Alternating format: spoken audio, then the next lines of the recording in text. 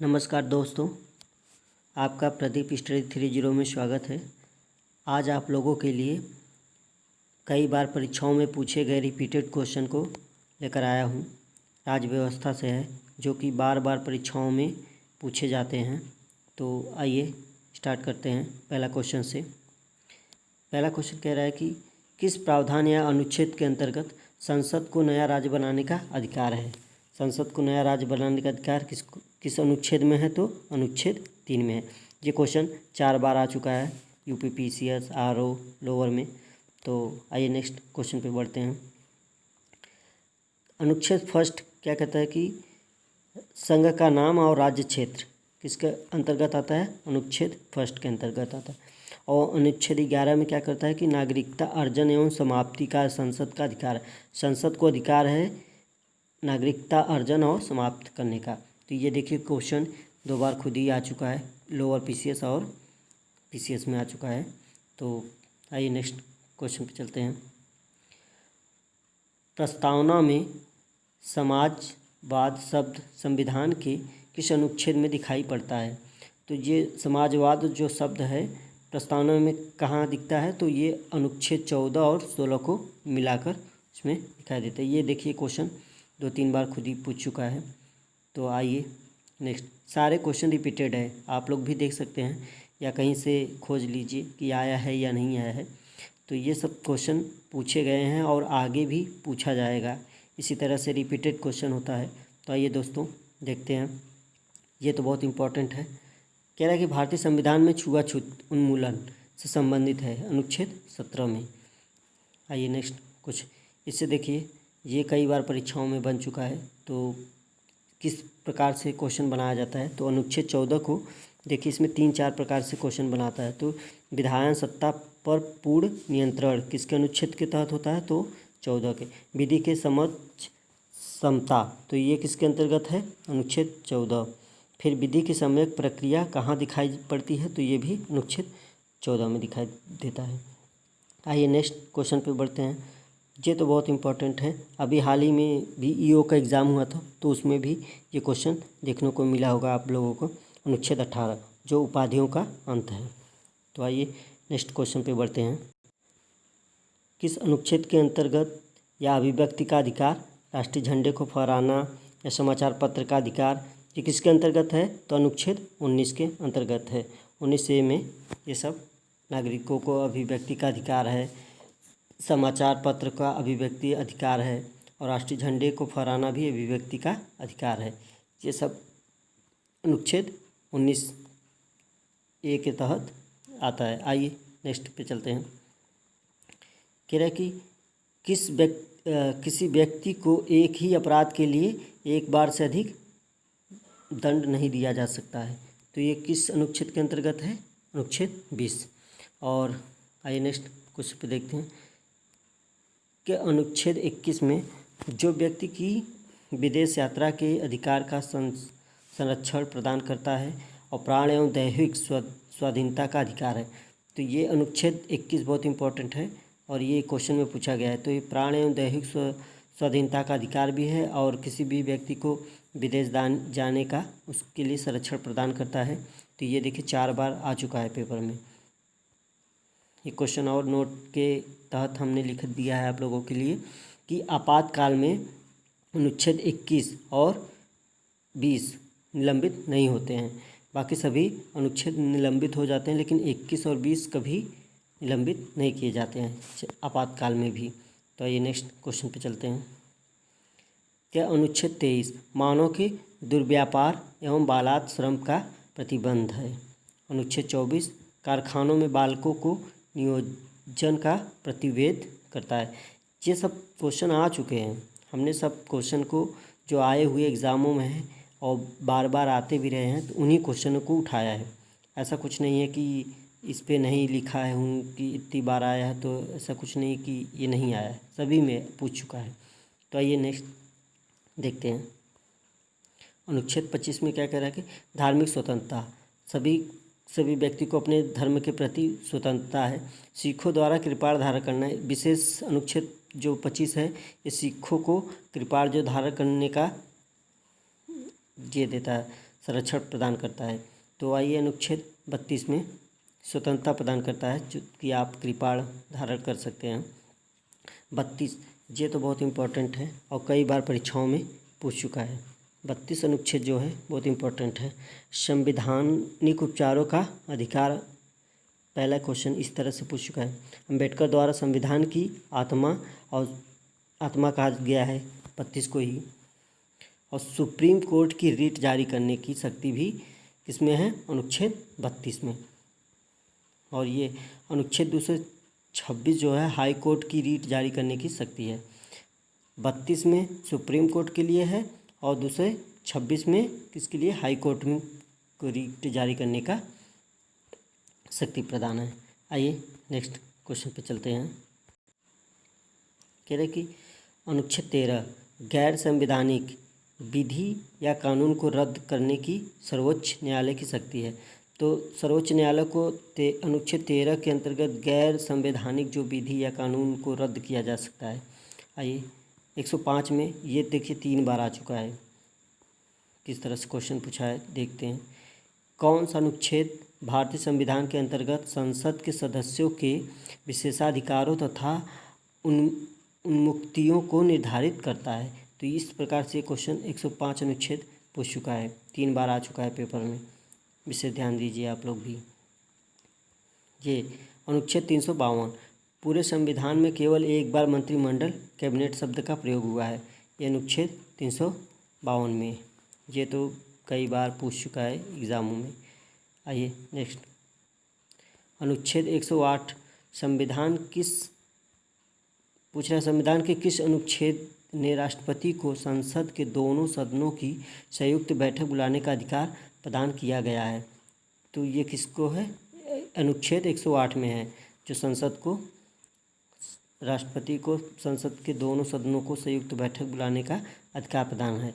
और इसकी अध्यक्षता कौन करता है? इसकी अध्यक्षता लोकसभा स्पीकर करता है। अगर लोकसभा अध्यक्ष ना हो तब इसके उपस्थित होने पर उपाध्यक्ष करेगा। आइए नेक्स्ट कि राष्ट्रपति की अध्यादेश शक्ति किस में जारी है? तो ये 123 में है। अनुच्छेद 123 में राष्ट्रपति की अध्यादेश की शक्ति प्रदान है।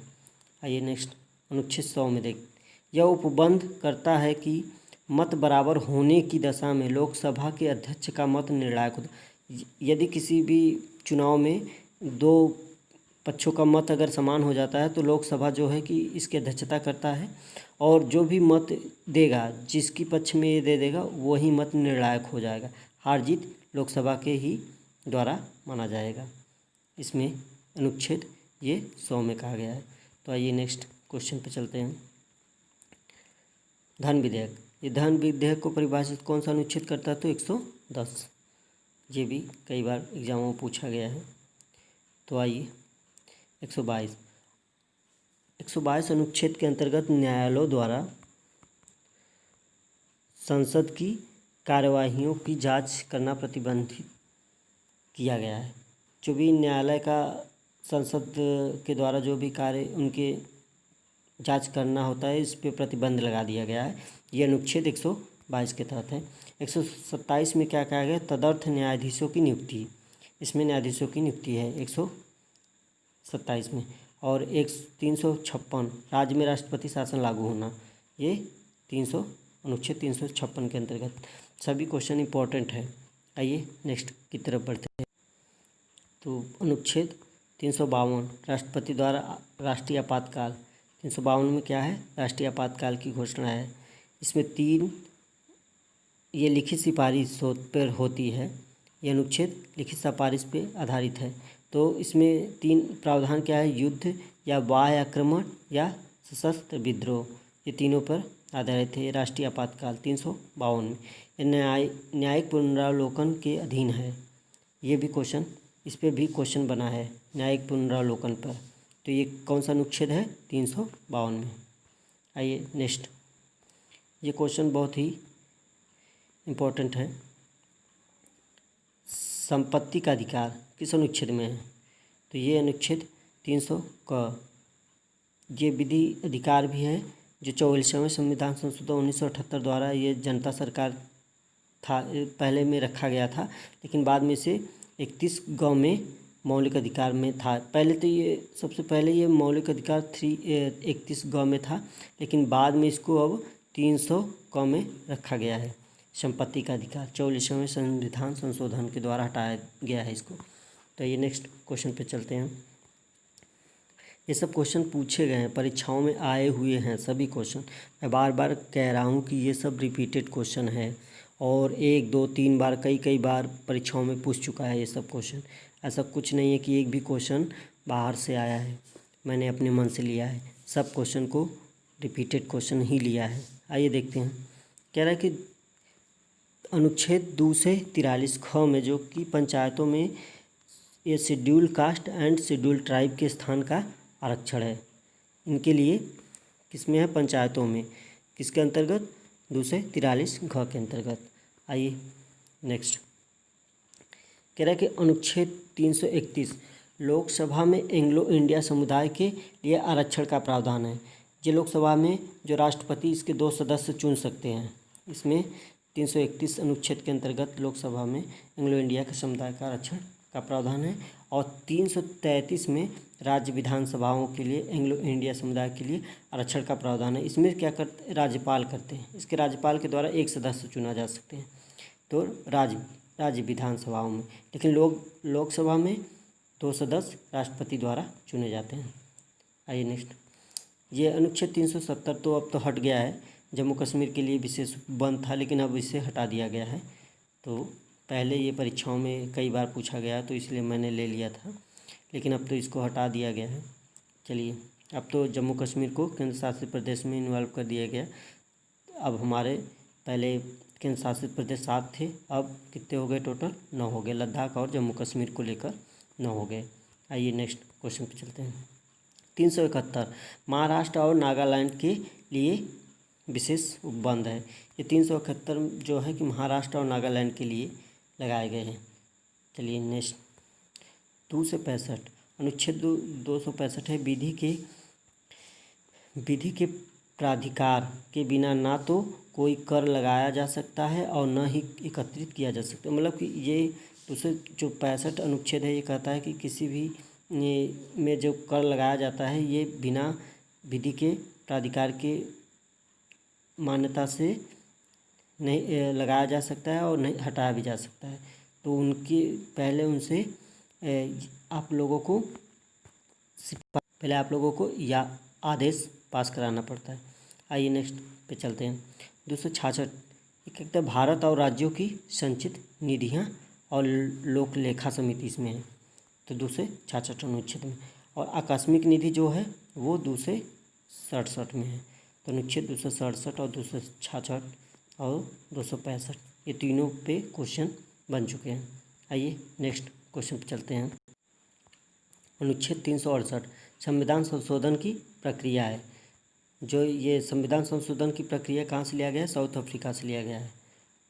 ठीक है, तो 368 बहुत इंपॉर्टेंट है। अनुच्छेद 142 ये देखिए 2014 में पूछा गया, सुधारात्मक याचिका अनुच्छेद 142 में है। आइए नेक्स्ट क्वेश्चन पे देखते हैं। तो अनुच्छेद 137 कौन सा अनुच्छेद उच्चतम न्यायालय को उसके द्वारा दिए गए निर्णायक अथवा आदेश के पुनरावलोकन हेतु अधिकृत न्यायिक समीक्षा करता है? तो ये अनुच्छेद 137 में है। आइए नेक्स्ट।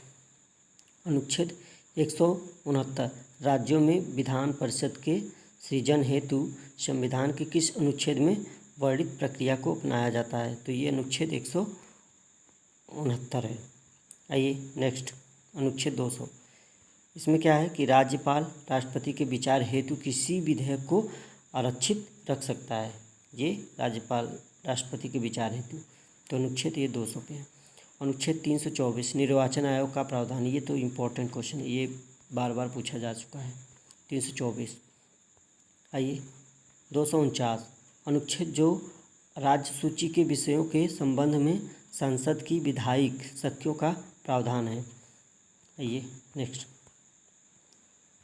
253 इसमें क्या कहता है कि इसके अंतर्गत जो अंतर्राष्ट्रीय समझौते को प्रभावी बनाने हेतु संसद राज्य सूची के विषय पर कानून बना सकता है।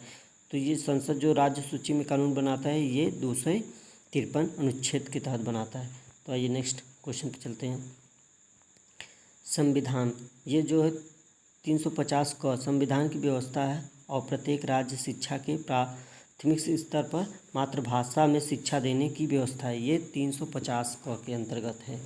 इसमें क्या है कि सभी, चाहे जो भी, जैसे कि इंडिया कई राज्यों का संघ है, तो अनेक राज्यों में अलग अलग भाषाएं बोली जाती है। तो वहाँ पर ये प्रावधान है 350 का के अंतर्गत कि वो अपनी मातृभाषा में शिक्षा वहाँ देने की व्यवस्था की जाए या शिक्षा देने की प्रक्रिया शुरू की जाए।